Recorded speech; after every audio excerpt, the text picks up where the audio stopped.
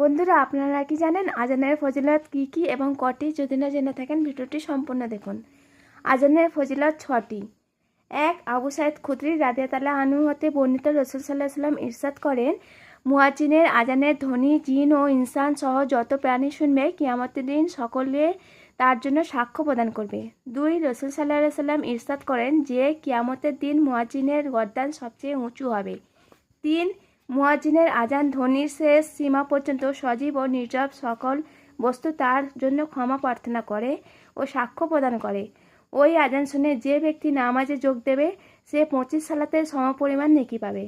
মুয়াজ্জিন ও উক্ত মুসল্লির সমপরিমাণ নেকি পাবে এবং 2 আজানের মধ্যবর্তী তার সকল সগীরা গুনাহ মাফ করা হবে। 4. আজান ও ইকামতের ধ্বনি শুনলে শয়তানে ছুটে পালিয়ে যায় ও আবার ফিরে আসে। 5. যে ব্যক্তি 12 বছর যাবৎ আজান দিল তার জন্য জান্নাত ওয়াজিব হয়ে গেল।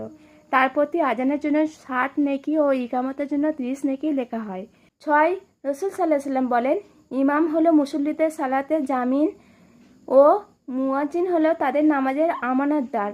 অতঃপর তিনি তাদের জন্য দোয়া করে বললেন, হে আল্লাহ, তুমি ইমামদের সুপথ প্রদর্শন করো ও মুয়াজ্জিনদের ক্ষমা করো। আমিন।